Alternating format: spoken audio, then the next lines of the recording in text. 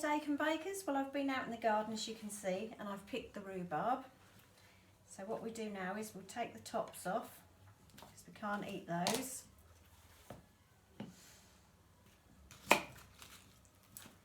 So today we're going to make some rhubarb crumble. So take all the tops off, which I will then put back into my compost so nothing gets wasted. Okay, so that's all the leaves gone. Now what we've got left is the lovely stalks of rhubarb, but they're a little bit dirty and you never know where my dogs have been in the garden, so I'll give them a good wash.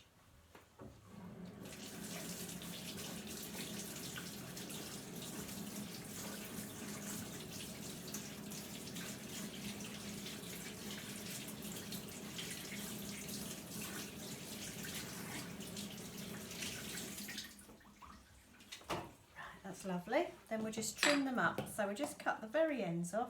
Oops. Right, cut the very ends off. And then just cut them into pieces. And I'm just going to roast them in the oven a little while, just to soften them slightly. I don't want to cook it completely because I've got to cook it again with my crumble top on. And it's nothing worse than having it when it's really, really mushy. So there we are, some nice little bits of rhubarb. So this week's been quite strange really. We're back at work. I've had video Skype calls with Simon Waller and Jamie Croft. So Jamie's being taught tomorrow how to make tomato soup for his mum and dad's lunch. And then I've got Rebecca on Thursday for another video chat and see what we can make with her. Rebecca's doing this thing where she has to find 5 things in her cupboard and then I have to come up with a menu with them an hour later, and then we start in the afternoon cooking. So you never know what you're going to get with Rebecca. Last week it was chorizo and chickpeas, so who knows what it's going to be this week. So a tiny bit of water. Now it needs a bit of sweetener, but I am not going to use sugar in the bottom because I've got some lovely honey. So I'm just going to put a spoonful of honey in.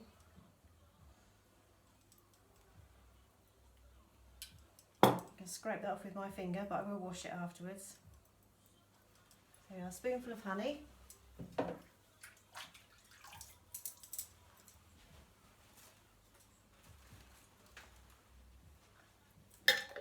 And put some tin foil over that. I have a piece that I saved. I like to make everything do at least 2 or 3 goes.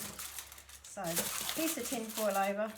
I'm just going to pop that in my hot oven while I make the crumble topping. So it's really just to soften it.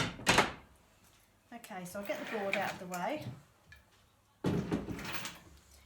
Now it's not a very big dish, and there is only 2 of us, as I've said before. And we don't really have puddings normally. We're having them today, or at the moment, because it gives me a chance to show you. So at this rate, my poor husband's going to be as fat as a pig. So let's hope this doesn't go on too long. Right, so we're going to put 4 ounces of flour. This is the biggest bag of flour I could get in the supermarket.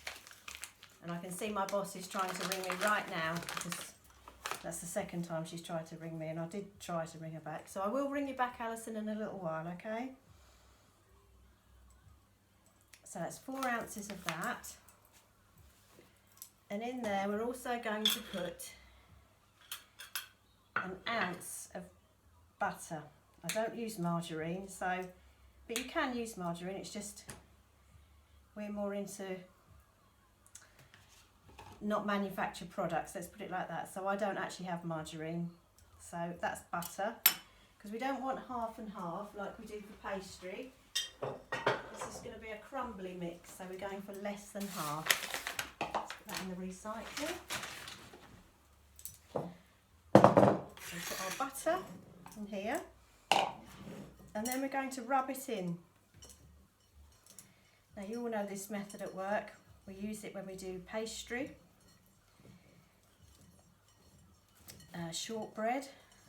Just trying to think what else we use it for. Just mainly pastry and shortbread. Most of our cakes are creamed, so yes, just going to rub it in until it looks like, the technical term is breadcrumbs. But I don't think this looks like breadcrumbs, but just to get all the lumps of butter out.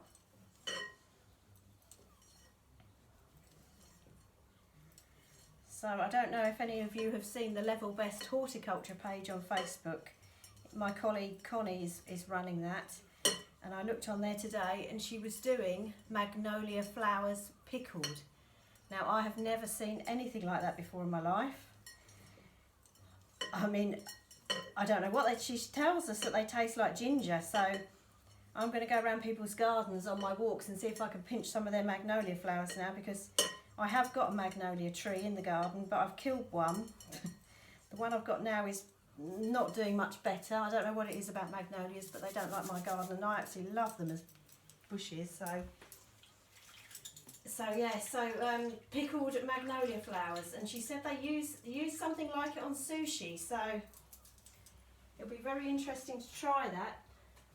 I love the fact that she didn't use rice wine vinegar, she used pickled white distilled vinegar, so it'll be interesting if they taste the same as she thinks they should. But as I say, we're all discovering new things, and as she pointed out, a really cheap thing to make if you just want to try it. So there we are, that's a little bit of sugar in there. I didn't weigh it, did I? Probably a good spoonful. And then just because we can, and I like doing it, I'm just going to put a little bit of porridge oats in. These are organic porridge oats. Okay, so there's the oats.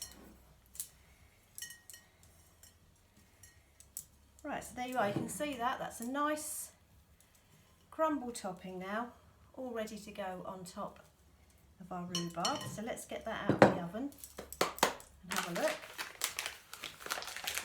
Remembering to use our oven gloves because it will be very hot.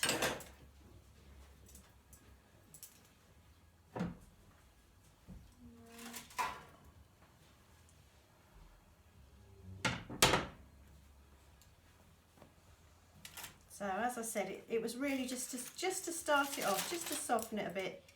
It's just started. So now we're going to put the topping on the top.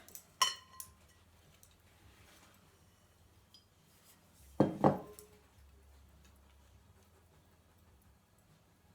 you go, and we're just going to bake that in a hot oven now until it's nice and brown on top. Probably about 20 minutes. Okay, so that is rhubarb crumble. Very easy, you can make it with stewed apple, whatever fruits you've got, even a bag of the mixed forest fruits that they sell in the supermarket. Any sort of fruit at all. When the apricots are ready on the tree, I do a lovely apricot crumble. So it's a very, very traditional English thing to make. So there you are, that's rhubarb crumble. When it comes out of the oven, I will take a picture of it so you can see what it looks like. Okay, and I'll post it later. Cheerio. Bye-bye.